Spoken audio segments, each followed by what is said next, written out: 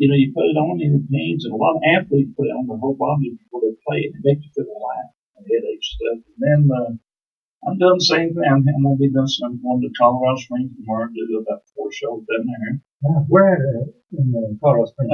Well, probably Antique Billiards.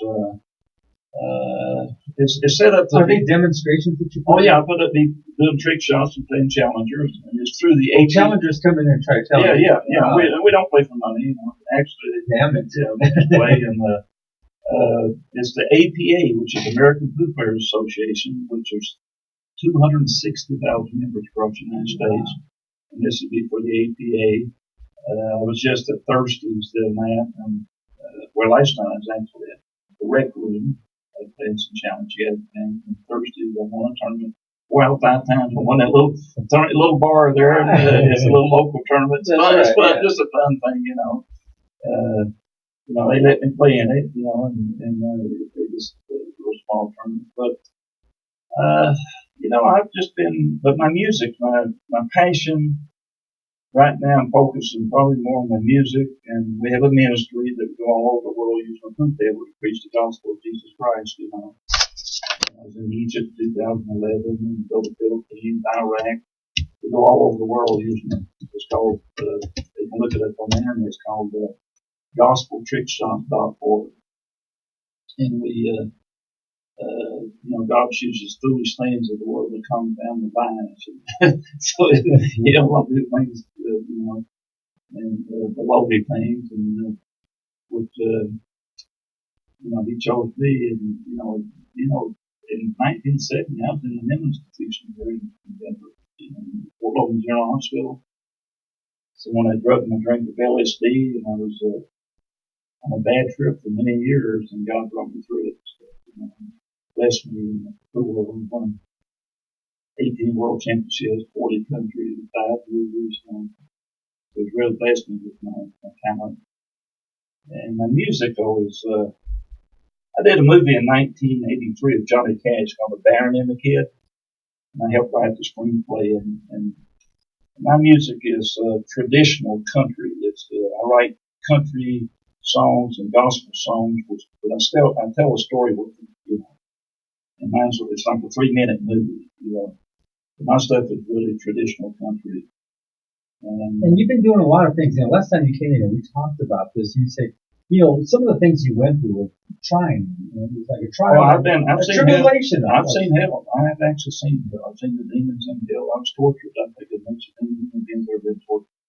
I was a physical, would have been considered like a vegetable at one time. I'm crawling around the woods and eating stuff. And now you travel the world. I travel all over the world telling people about Jesus to get delivered from that stuff, I don't know if I asked you this last time. Did you ever go on some of the cruises? Never been on a cruise. They wanted me to go on a cruise. They have pool tables. They have pool tables on some of the cruises. So you've been actually. But I've been on many of the TV shows in America. Like 7 Night Club sometimes, Regis and Kelly, and many talk shows and stuff. All over the world. But none of the cruises. Now think about that one. Now, if you're on a cruise and you're trying to do a trick shot, and then the ship kind of moves a little. Well, they got it. I guess when they dock, they have some kind of a stabilizer that makes it seem a little bit level, But they wanted, they offered me a free cruise, But, how would you do that? I've never been on a cruise in my life, either. No, you haven't. Never have been on a cruise. I've been on many big ferry boats, on cruises. So you've gone on up and down the Mississippi River? No, never. Been to Atlanta, into the boardwalk in those areas, and do any demos down there? Yeah, I've done. Many of the casinos that they call them on the water, but they're really a little trench around it. I've done a lot of many of the casinos all over the United States. I've done Mohegan Sun. We had our competition there quite a few years. It was a trick shot magic competition. So I've been on that many times, and I'm waiting for my phone to get all charged up. If you leave it on, it's charged up as long as this year it doesn't want to start up. Oh, it's started now. So go ahead and leave it started. But I, like I said, my music, I love playing the guitar and singing, and it just puts me in another world sometimes. But the greatest experience that I've ever had really is with singing knowing that I was truly worshiping God. Mm-hmm. And that's the greatest experience there is, you know. And at times, I thought I was worshiping God, and I wasn't worshiping God. But when I know I'm worshiping God through Jesus, I get into a realm with my guitar. And a few times I get there, and I say, God, I said, let me stay. Take me on home now so I don't go out there and mess up. You know, and I'm sure a lot of Christians feel that way. Oh, mess. Yeah. You know, and you could be drawn into anything. Drugs, there's a war. I tell you what, all born again Christians know what I'm going to say right now. Continually, there's a war going on inside of me. There's a tug of war. Continually. Well, they want to drag you into the... Well, Satan is going to try to drag you into all kinds of situations. But not just Satan, it's the flesh. It's the Adam man. He's got to be dead. You know, the Adam man tries to stay alive. And when you're born again, you want him to be dead because you want Jesus to be in instead of the old man. And all the born again Christians, most of them, they recognize that. Romans 7, Apostle Paul, now he wrote 13 books of the Bible. He was Jewish on the road to Damascus when he was chosen, you know, and he was persecuting Christians, you know. And he was chosen, became the great apostle, wrote 13 books of the Bible. Romans 7, you know what it says? And he's as born again as you could be. I mean, he did miracles, he could raise the dead, he had all kinds of spiritual gifts. In Romans 7, he says, the things I hate, I despise. Now listen to this, I hate and I despise that I would never do. I do. See? He said, but it's no longer me doing it, it's a sin in me. That's doing it. He said, in my members there's this war going on. The carnal mind of every human being is against God. But That's just the way it works. We didn't choose it though. Yeah. That's the old man that we're born with. We didn't choose that.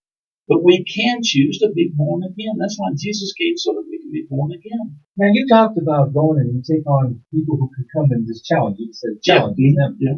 Have you ever had somebody come up, challenge you, and actually beat you? Well, I usually give them a break and I give them a handicap and stuff. You know, and like I say, I don't play for money. I don't gamble. You know, I'm not judging. What's the handicap? Well, it depends. Sometimes I might play one-handed, you know. And, yeah, I made 8,090 balls playing one-handed one time in a 24-hour period. So that's their handicap. They look at you like, come on. I might play one-handed, or I might give them 4 or 5 balls or stuff. You know, different handicaps. Yeah. And there's a lot of great players out there. I just give them a break, you know. And sometimes I don't get to shoot; they run out. I say you didn't have to break; they break and run out. That's you know.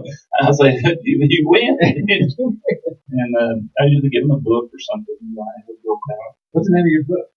Mike Massey's World Trick Shots, and you can find it on YouTube. Is that the one we have playing? Failure Press. This is the thing you see playing on the internet right now. Actually, is snooker in England. I won the world championships 3 times in snooker. I've won 18 world championships. ESPN, I won that 8 times. Now this is being broadcast live at ESPN, right? And you won this one. Yeah, oh yeah, it was seen by millions of people all over Eurosport. See, I won many championships in Europe before I did in America. Right. Because I was on TV a lot more over there. I traveled all over. Europe seems to really welcome a lot more things. America's like more tight. It's looked on more as a sport. You know, I've done shows for the Olympic Committee. I've been to Europe 50 times. I've been in 40-something countries. I've been I've been Olympic committees, heads of mafias. I'm not going to mention which ones. I'm serious. Out, Mike. The Prince of Brunei, he hired me to come into a show. How'd that turn out? Look here, man, what happened here? That happened again. It could be your well, the Prince of Brunei, it's kind of a neat story here. I was in Ukraine, and I was just won a big tournament in Ukraine called the Legends. And so I had to fly to Brunei for the Prince of Brunei, you know. He's a big pool fan. What do they do? Just they had me come in. There's another sponsor. He wasn't one sponsor, you know. So what happened, I flew into Amsterdam, and I missed my flight into London because of the fog. That happens a lot. Yeah, there's a lot of fog. Yeah, so now I missed my flight to Brunei. You know, a day late. Now listen to this. I get there a day late. I get there early in the morning, and Tom Rossman and Bruce Bartlett, they were there too to do the show with me. And Tom shows up at the airport, and I said, "What time's the show?" And he said, "We've already done it." I'm serious. And so what'd you do? But he said, "Well, the prince wants to see you. He wants to see you and have a photo taken with you and stuff." So so I go and shake hands with the prince. We take a photo and stuff, And 7 hours later, I fly back to the States. I was 80 hours without a bed. Oh my God. 80 hours without. And Francine was with me and stuff. And it was pretty. It was trying. It wears on you. Oh yeah, 80 hours without a bed. But the prince still liked you. Yeah, well, did you play him? Did he have a pool table? We didn't know. I just got to shake hands with him. I gave him the McDermott cue. I was in working McDermott at that time, and so I was. Did you sign the cue, or was it already signed? I don't know if I did that. Might not have been one of mine, but it was 80 hours out of bed, and I tell you, we were really. I was worn out. And Mike, last time you were here, you told me what was the biggest, the most awesome shows that you ever got to do that just lifted you high as high. Well, I've done many. I've done, I did. What is one that just? Yeah, I did one just a couple of years ago in Austria that was really neat. We had about 500 people audience, with the mayor and all them. But China, I've been to China like 7 times. I've done shows. There's a good. We did one right now. Great players. Earl Strickland and Allison Fisher and I. We were over there for a tournament, and we did a show once, and this is no exaggeration. They said 400 million people saw it. In China, well, in China, CCTV. They said it's only 2 at this time. There's only 2 stations. And it's controlled. Yeah, that's right. Okay, and it was New Year's Day. And everyone was out watching. You could drive by and see 100 people around little bitty TV set. I'm certainly great. And everyone was watching TV, TV. And after we left, we got to the airport and they recognized us. And they was all trying to imitate us. They saw what we were doing on TV, and they do hand motions like that. What you were doing. And, people are big in autographs everywhere. It's amazing. So have you ever got stalled up by at least 50 or 100 autographs? Well, yeah, we were Earl and I were signing autographs, and they were swarming us. I mean, they could up against us. We couldn't even, and we're there saying, and Earl, this was funny. Earl Strickland, one of the greatest players of all time. So Earl had about 50 photos in the 10, and he just threw them straight up in the air, and they came down all over. Everybody's grabbing around that thing. I can't take this. And I had a humbling situation there too. I was in China, and I show up to do an exhibition, and they had a banner probably about 70 feet long. Wow. And about 20 feet high of me, a picture of me on the wall. And my old flesh, I was pumped up there, my ego, right? I'm looking at this, hearing me at the food table and China and stuff, And I turn around and I look behind me, and a building a block away, there was another banner of someone else, Steve Davis, one of the greatest snooker players of all time, and they had to be 200 feet high. So I got humbled real quick. Oh my gosh! Mine was like a business card next to it, to an 8 to 10 photo. But Steve Davis, Steve Davis, snooker in snooker is filmed as much as any sport in England, in over there, and those guys.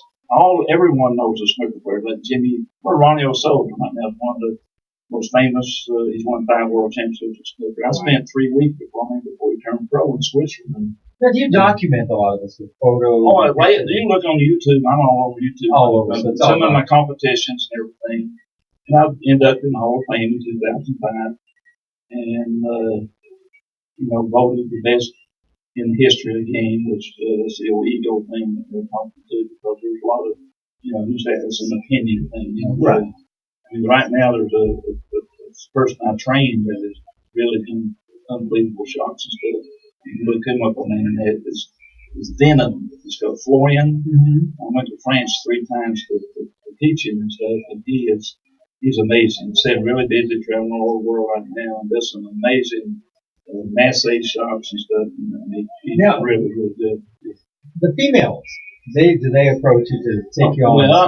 I've known all of them. I know all of them. I've known them since I was a kid. Most of them. I trained Jeanette Lee when she won the trick shot magic. I was her coach up there. Oh, really? The Black Widow. I trained her. Wow. Alison The Fisher. Black Widow, she went on to do lots of big things. She's one of the most famous women, footwear in the world. Because of even the name strikes. Yeah, I just saw her just a couple weeks ago in Vegas. She does a lot of stuff with the EPA. She's a rep for Venom, Venom is also, if you get a chance to look on YouTube, I mean, look up my stuff, also look up Venom, he's really, really, really good. Now they have these great stage names like Venom and Black Widow. Mike Massey, do you have one that kind of stuck with you? Tennessee Tarzan. Tennessee Tarzan. That's what do they call you? Well, I used to arm wrestle people, and I used to bet. I arm wrestled a guy out there last year. He was pretty muscular and about 20-something years old, and I put him down. He couldn't believe it. What the hell? Well, I bench pressed 420 here when I was like 60 years old. I'm 71 now. But I used to be a brick mason, block mason. I got strong. So you were always hustling that brick. I used to bet I could do one arm push-ups, and anybody could do it 2 arms. Never lost it. And that was the best. And I looked like a young Johnny Wiseman going on the young before. Yeah, that's true. Yeah. Well, when I was long hair and stuff. And then the drugs, after the drugs, I got down to 150 pounds. The drugs can really mess you up. Well, drugs. You can take it out. Well, it was drugs, 4-pack cigarettes a day, and alcoholic, many brain injuries. I mean, I've been hit over the head so many times, blood spurt, and run over by cars 3 different times. Because people get pissed off because you win the game. Well, a couple times it was that way. Other things too. Girls? Yeah. One time, I don't like talking about the old past old man, but I got hit over the head one time with a bone statue, and blood was squirted out of it. One time I fell off a horse, hit on the head, run over a car 3 different times, and I was almost drowned twice, coma 107 temperature as a child. And these things I'm talking about is, I don't like looking back at, but it might help somebody out there. See, I was born. And I like the way you say that. It might help somebody. Here's the thing about it. Joel Osteen just preached about this yesterday. I was born under a tremendous amount of generation curses. Okay, I was tortured from the time I came into this world, as a child. Just the way it started. I came into this world being tortured. And I was born under a lot of generation curses. And I had a lot of questions, my God, why all these things, and I didn't want to serve God, and I didn't want to serve Satan, I didn't want to serve anybody, and that's why once I got into the Bible, many hours suffering tremendously, and praying and finding out what it's all about. See, I didn't choose that life, right? And like I said, we didn't choose our life when we were born. And some people are born in the ghettos in horrible circumstances. But then they can turn it around. But psychology is not going to do it. It's a band-aid. If it's human psychology other than the power of the Holy Spirit of God, of Jesus Christ. Now, some of these people do come out of the ghetto, like you said, rough lives, yet they can turn it around. Some of them attain, some of them come out and attain the world. They attain fame. Well, let me say this happened to me. See, some people come out, they become wealthy through sports, everything else stuff. And they get up there and they sit down. They got all these mansions and everything. They got all these toys and everything stuff. And they got all this money. And they sit there and they think, man, I'm supposed to have joy. Yeah, they don't have it. No. And those things are not going to give you joy. At all. There's nothing wrong with those things in themselves. The greatest joy I've ever had is my innermost being believing that my name is written in the Lamb's Book of Life. And that's the way it works. A lot of people don't understand that. Well, I'm going to die. We're all going to die.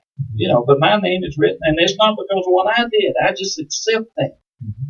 But I still wrestle my ego. I mean, it wants to boast. I still, that's what people don't understand. A lot of people don't understand. The Adam man, Apostle Paul, I'll get back to him. He said, my flesh wants to take the glory. It wants to take the credit. And that's why he had to have a thorn in the flesh to keep him humble. He could have become like Satan. And you see this now. Okay, we'll equate this to football. I see a lot of this. This one individual takes a knee because he believes in what he wants to believe in. But they reframe that whole idea and try to destroy him. Yeah, well, I don't believe. If he truly believes that from his heart and everything stuff, I don't think he's just going to destroy him. I mean, That's what I always say. I'm not going to worship something or something if I don't believe in it. I'm not going to. Yeah, that's what I'm saying. You don't worship. I'm not going to bow down to another false god. I mean, it's just that's what I was saying. And I have a theory. I'm not talking about why I have a theory why I missed my plane to Brunei. Yes. There's a reason. I'll go ahead and mention this now. Okay, they had to bow down to the prince. Okay, now I'll tell you what, I love the Muslims. I have lots of Muslim friends I love dearly. Some of the nicest people I meet. I don't believe the way they do. And I would not bow down to that religion. See, that's what I'm saying. Yeah. So I would, if I got there and I didn't bow down, it could present problems. And I respect the friends, I respect and everything stuff, but I wouldn't bow down to a certain religion. That's just like I wouldn't bow down to Mohammed, and I bow to Jesus Christ. I mean, but I don't understand what. Yeah, but I don't judge or condemn that. Like I said, some of the nicest people I meet, like Hindus. I have Hindu friends and stuff. I don't believe the way they do. And I have atheist people. I have Jewish friends that I love dearly. Where do they go? Well, I don't think there's any such thing as an atheist. They're the same. No, in everyone's heart, in your innermost being, there's a God. In everyone. And it can be covered up through hurts and pains and stuff, but deep down inside, every human being knows there's a God. Now, how about and it's crying out. It's deep down inside. It's in agony, crying out, wanting the relationship with God. Have you seen this too? Somebody is just doing all the atrocities, just being mean, drugs, doing this. Say they cleaned up and then they hide under the cloak of this new God. Yeah. Yet they're out there still doing these crazy, mean, nasty things toward other people. Well, if they're truly born again, I'll tell you the most miserable life there is. I've lived it. I'll tell you what it is. I'm born again. When I was deliberately walking in sin, in adultery, I was adulterous. I was a born again Christian. Right? I was in adultery. I lost my first wife, my kids, and everything to it, and almost just totally destroyed me. But when I was walking, that's the most miserable life there is.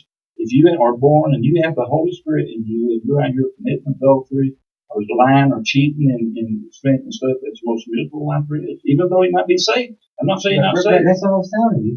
But if you're not walking that walk, not trying to walk into that straight and narrow, it's a miserable life. But you're truly trying to walk that walk with Him and realize what the flesh is. You got to realize the difference in the flesh and demons. You got to realize that war that's going on and strive, like Apostle Paul said, I run that race. He said, I got to try to attain, because he knew in him was no good thing. Right. See, it's all Jesus. It's all Him. And it's all focusing on Him. And you know what? When I get in periods of darkness, which I do, I get in super periods of darkness sometimes, and pain and everything. Well, from sins and from the environment. Oh yeah, from the environment that we're around, and everybody does. Okay, I feel like the guy in the Green Mile sometimes. Now, to me, that wasn't a gift. Now, I'm gonna tell you something. The Green Mile. A lot of people saw that movie, right? Yeah. Okay. Now, say you were sick. Okay. The Green Mile. You're sick. You're sick, right? You got some kind of real sickness. So I touch you. Now all your sickness comes into me. That's what happened with God in Green Mountain, right? Yeah. Okay, now you're well, but I just received all your sickness. Do you call that a gift? Let me tell you the difference. Jesus, when He touched people, He did not receive their infirmities. The Holy Spirit of God, the virtue as God worked through Him to heal them, He didn't receive their sickness. I don't call that a gift. Right. He didn't receive their sickness. So we get mixed up and confused. A lot of people do, So as playing your pool. Yeah. But we receive from the environment we receive stuff in. That's like Apostle Paul says, it's not me. We pick up stuff in us that ain't good. And you say, when you're playing your pool and you hit these areas, you say you can hit some darkness.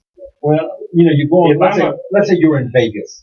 And you got that feeling there. Oh, Vegas is like I had my eyeballs, Satan trying to drag my eyeballs. Because nothing but sex and money. It's all you see. That's all there. Yeah, and sometimes my head, he gets in my head, and he's trying to get me to look at things and stuff and everything. And then I pray to tear down. For we have the power in us to cast down those vain imaginations, because they try to get in. And, what I'll tell you something, I can't stand it, being in the place and stuff and everything. And I'm not judging the people and stuff and everything, but I'll tell you what, if you understood how the spirit realm works, you would never let your kids listen to like some of the rock and rap music. Some of the stuff that goes on. Yeah, what is that? Some of them are demon possessed. Yeah. Okay, and these demons, I'm going to show you how it works. If I'm sitting here and I'm singing a song, and it's all about cursing, all F word, all women, all that stuff's in my spirit. All those attitudes are in my spirit, in my heart. If you agree with it, you're letting that stuff come in you. And I believe that. Well, of course they are. And that's like the internet when they're playing these games about killing people. That's why you got That's why you got people shooting up schools and everything else and stuff. The demons. If you agree with it, it comes in you. I wanted to destroy the world many times. I'm serious. I was demon. I crawled around like a snake in the woods. I did. I'm serious. I remember that. I beat myself. I was tortured. You do not battle with flesh and blood. The Bible is not a fairy tale. So what lifted the pool plan lifted you, but how did you control it? Well, I tried to ask God to let me use it in a way to glorify Him. Now, have you done some big fundraisers with it? Yeah, but it's still there. I don't want to boast about it, but God has used it. Of course, you in that way. Yeah, and big fundraisers with it. Yeah, kids. Well, we've done the marathon things and stuff, and sometimes, but you got to be careful there. Like if you do, see, Jesus said, when you give with your left hand, don't even let your right hand know you gave with it. What does that mean? You don't do it wanting something in return. You don't want nothing. You don't toot your horn. Now, for instance, Bill Gates gives away $1 billion. That's nothing to him, right? Right. Okay, what about this homeless person gives his last $2 to another homeless person so he can get a hamburger? That's something. Yeah. See, and then sometimes people get on the TVs and everything stuff, and they give all this money, and they're tooting the horn. They just receive their blessing when they do that. Right. You don't want people to know. Now, sometimes we have to when we do things, but what I'm saying is better to give and don't want it. If you got somebody needs something, and you got some money, you got 2 pair of shoes or something, he needs a pair of shoes. Jesus said, give a pair of shoes. You don't do it because you want something back in return. Thank God, I just gave him a pair of shoes. Can I get 2 or 3 more pair back? Or I just gave see this prosperity thing. Or they say, well, I just gave $1 million. Well, that means I'm going to get 10 million back because I get 10 votes. You're right. Right. But if that's the attitude you're doing with it, you're missing the whole point. Okay, so let's say you went out and did a big pool tournament. You've entered those, right? Oh yeah. Okay, so the prize money. What's been the biggest prize money that you went out? Well, the pool's not like other sports. I won $30,000 for one trip jump man too. Oh, so you won $30,000. Yeah, I won 30 once, 25 4 times. But that's compared to other sports, it's nothing, but now the endorsements come along with that. Yeah, I have not huge. It's not like other sports. So I get like the music cues. I endorse music cues, which I believe in cues and stuff. This Zen, because I tried the Zen on my body. I had something. I thought it was shingles. I put it underneath my belly and stuff. After 2 days, it's cleared up. Now there was something I heard you say on the video. It was so funny. I could not stop laughing. You were talking about balls. You got to have balls in your pocket or something. It was on one of your videos. I've been a movie. It could have been a movie or something. Yeah, it's a movie. Chuckling away. Yeah, I was in a movie called Football Junkies, which I don't. Great actors and everything, but I don't advise kids to watch it. The rating jokes, of course, when F word was used 127 times. And great actors, Christopher Walken, Chaz Palminteri, Rick Schroeder. Rod Steiger's last movie, and I had about 40-something lines in there, and I did say one line. Now they had me cursing in the movie, and I'm serious. I can't remember one time I've used that. All the horrible things I've done in my life, I'm serious. All the horrible things I've done in my life, I can't remember saying GD one time in my life. Serious? Yeah. Whoa. Yeah. And they had that in my lines in the movie, and I said, no, take it out. That's not me. You wanted it. No, and they wanted me to use my real name in the movie, and I didn't do it. They used St. Louis Louis. St. Louis Louis was your name. Yeah, and I did. I had one line in there, and I don't go ahead and say it once, but everybody wants me to repeat it when they come up to me and want me to sign the video. And I was mentioning this Greek guy, and this is the movie, what's that in the movie and stuff, and I repented, I don't think it's right, And he said, "Go get balls." And I said, "I got your balls right here, you freak bastard." You know? Yeah, so like that's what I heard. And it came back on me. I was on the Best Damn Sports Show. And see that I was hearing that too. I was on the Best Damn Sports Show, and what's her name? What's her name's husband? What's it that you mentioned earlier that she lived here? Rosanna Barr. Yeah, her husband. What's it? Tom. Yeah, I was on there with him. He was the host. You know. Yeah. So they showed that clip. And then I started talking about Jesus, and really, he said that must have been before you got saved. But I said, well, I'm an actor. See, an actor. You're acting. You're doing the lines. Yeah, but I've been offered 3 movies now that I've turned down. I've written a screenplay myself and stuff. I tell you, actors, man, it's so tough losing your identities. But Danny Aiello, you know, he's a good actor. I've done a lot of stuff with Danny and also, you know, Jerry Orbach was a good friend of mine. Now, there's one thing that... Let me tell you something about Danny's book. His autobiography. You know what one of the high concept lines is? He says, "I only know who I am when I'm someone else." And that's true. A lot of these actors... They lose. I heard that Daniel Day-Lewis, you know, like he gets so caught up in the role. They lose themselves. You lose your identity. You become that person. Here's the problem. You let those emotional attitudes come in your heart. You know, if you're a murderer and you're killing, see, I have a friend that's an actor. That's all he does every life. He goes to church every day. I'm not going to mention his name. He has anger issues. It's unbelievable. And I believe it's because of some of the roles that he plays. He becomes his characters in these movies. That's true. I've heard that a lot about it. And the acting now, the way they teach you, become that person. And they do such a good job that they become that person. Yes. Yeah, but it's a good job. I don't call it good. Well, you know what I mean? You become that, but those emotions, those attitudes, you're letting those demons, I believe you're letting that come in. Like, Ron Steiger, Babel. The gal who did this is very famous, and she did, The Devil Becomes You, The Devil Becomes Follow, or something like that.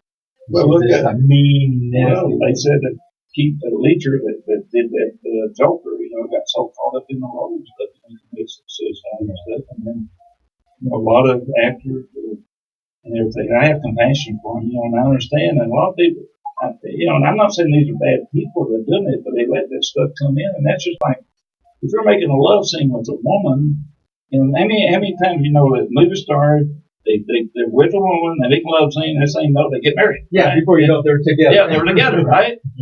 That's human. I mean, if I'm in there, if I'm making a love scene with someone, I mean, those attractions and stuff, right? It's real right there. Yeah, and it's, see, you know, we're blind. This is good stuff. We don't have to keep being blind, though.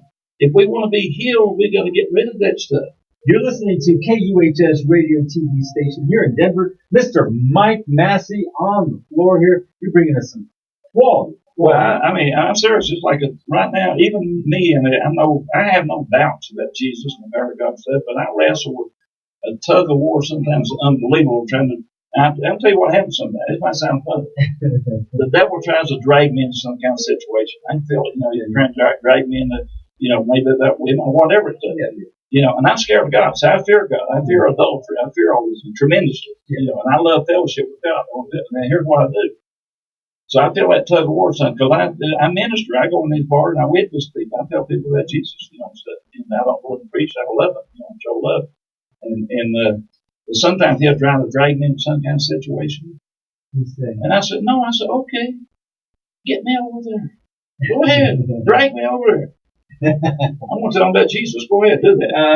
I'm serious. I've had times that he's drugged me into a situation. He tricks me and I trick him back. So you go back. But the anointing, if the anointing's there, without that anointing, you can't, you know. Now, you had a song that you did, the answer to one of Johnny Cash's songs. No, I did the answer to Lucille. Yeah, the answer to Lucille. And now my phone, I can't bring it up on my phone right now, but I'll tell you what I might be able to do. Oh, wait, maybe I can. Oh, here, maybe. Oh. Yeah, this is a song, and, you know, Lucille, here, we'll plug this in here. What put right here? Okay, this is the song I wrote, and it's about Lucille. Everybody knows the song, Take the Fine Time to Leave Me, Lucille. Everybody knows that song, right? Okay, let me go ahead and push it. Mm-hmm. This is Lucille. Just think about Lucille coming back to the farm. Okay?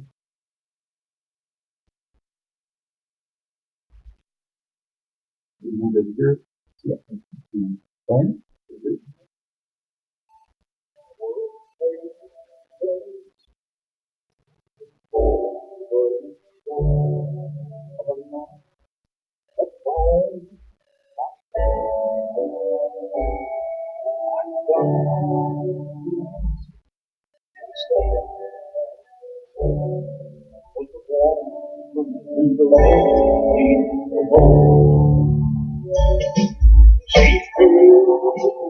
This is your music. Yeah, that's right. This is a song. This is one of the most spiritual songs. It's very. I think people get the message.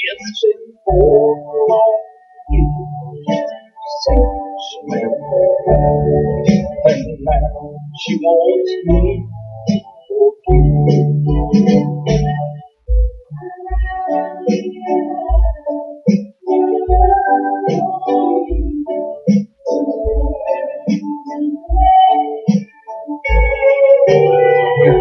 You're right.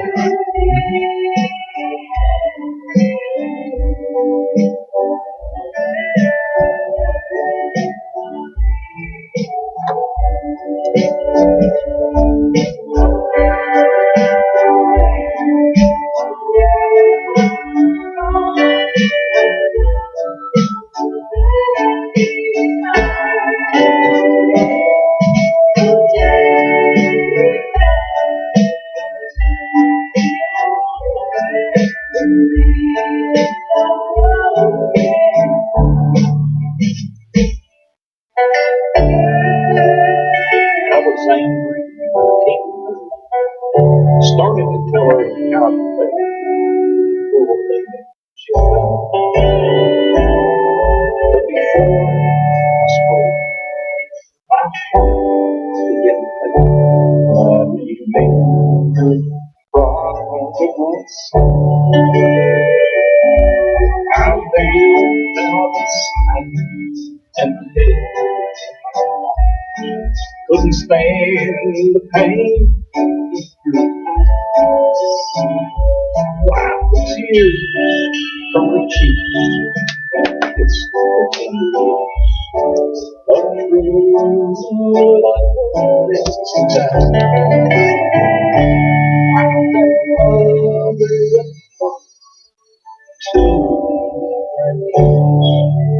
Hoping that she come back home. Praying each time. Thank God she's back. She belongs.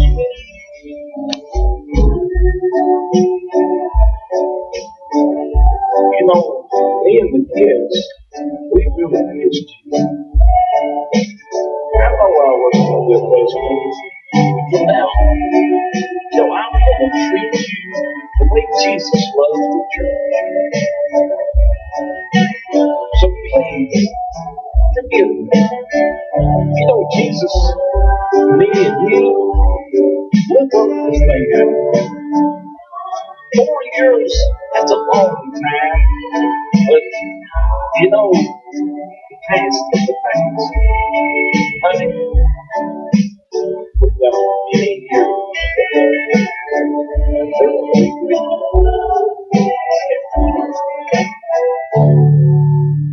Thank God you come home, Lucy.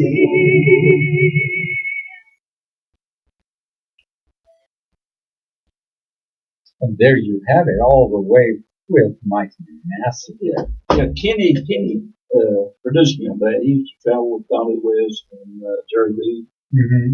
And that song is a special song that, see, forgiveness is one of the greatest healing. If we can forgive, I don't care what anyone's done to you, you've got to be able to forgive. If you don't, it won't be nothing. You just, but you got to forgive to get forgiveness. There's many parables that Jesus taught. Like one of them is when it says, how many times shall I forgive my brother? He does it wrong 7 times. Jesus said, no, not 7 times. 70 times 7. You got to keep forgiving and keep doing it. And the flesh, if you're being hit on all the time and that's hard to do. And there is some people out there that feel every day they go through this. That's why you got to pray. The Holy Spirit can do it for you. Jesus, what did he say when he was on the cross? And some people can do it under the cloak. Yeah, they'll still be doing all that. I get Jesus. Yeah. Well, even though they just do it inside, but when Jesus was on that cross, being spit on, beaten, blood, everything it did, suffering for the sins of the world, he took God's wrath was poured up on him. You know, his punishment, he took the punishment for us. He shed his blood for us. But what did he do? He looked down and says, "Forgive them, Father, they know not what they've done." That's right. And Mike, we're running out of time, but let's tell everybody where you're going to be. Here, you're in Denver. You're going to be doing some things down in Colorado I'm going down to Colorado Springs right now. I'm going down to tomorrow. I'm doing some shows down there, a few different places. And I'm coming back up here in Denver area. I think what's the name of it? Two places, especially I'll be at in Denver. They're building. I'll tell you what to do. Look up if you want to find out. Look up APA Denver. At Cooley's. On their website, I'm sure they have the places I'm going to be at. I'm doing some locations up there in Denver. One of them, it starts at M. It's called, I can't think of the name. But anyway, I'm going to be at a couple places, doing shows and playing challengers and exhibitions and stuff. And then I'm coming back up here for next Saturday for the little tournament they have. Yeah. And they have karaoke there at night too. We're Thursdays? Yeah. You're going to be at Thursdays again? Next Saturday. Yeah.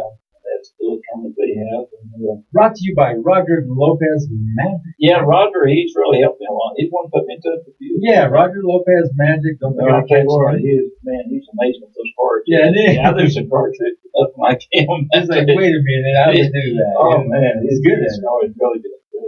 So, big props to you, Roger. But people, I tell you what, if my music, if you look up Mike Massey Artist. So it's got to be Mike Massey Artist.com. I've got 14 songs on there. I recorded some in Nashville. I got one of the greatest guitar players alive. I did 7 songs. Albert Lee. If you know country music, Albert's country guitar player of the year 5 years in a row. He's Vince Gill's hero. And see, the thing is, you didn't know that Mike Massey has all the good music. He brought one in here. And he said we play it, but his phone wouldn't come up and play a cover. 14 songs on a CD. You can download it for $10. In the early 80s, they tried to pitch me to a big label. I was too country then, so I'm really too country now, but anyway, if you like the traditional country music and country gospel, my songs are storytelling type songs and stuff. And I got some great musicians on my album. I did couple songs on Jimmy Rochelle's album, but music is a passion of mine. I write, I'm spirit, I play the guitar and sing. I just love singing. So not only is one of the world's greatest trick pool player, he's got his great music out there ready for you to download. Go there and make sure and download some of his music. Traditional, good country music. There you go. And we got to follow the show out of Missouri, which is Tim Kelly, and we got to follow your country show, which we did just right on the edge. And there's a neat photo on my website. If you go down to the bottom, right below the CD, with me and Johnny and Waylon Jennings. Serious? Yeah. Waylon came down. Can you buy that, or is that just a free download? Yes, it's a free download, but the songs are $10. Now I have a download. I also have if you're really in the pool, if you're a high skill level pool player, I have a video on there. Tor Lowry, really a great instructor. Tor Lowry and I did a video. There's 50 shots every serious player needs to know. And these are not trick shots. These are shots. Just shots, how to play pool. Yeah, then I've got a book. You can, Mike Massey's World Trick Shots. Got a lot of stories and stuff in it. You can get that on YouTube, And so my cousins out in Greeley, they're pool players. They always are in championship teams. Kind of take them on, Gary. Yeah. Come on by. But it's great being here. It's a pleasure seeing you again, Mike. I always like to see your face and come in here. And he said, we were trying to make time. We were trying to get around the time. We're so filled up here. We've had so many guests in here. It's been one after another, day after day, show after show. Thank you for joining us with Mike Massey here on KUHSdenver.com. Until next time, I'll see y'all later.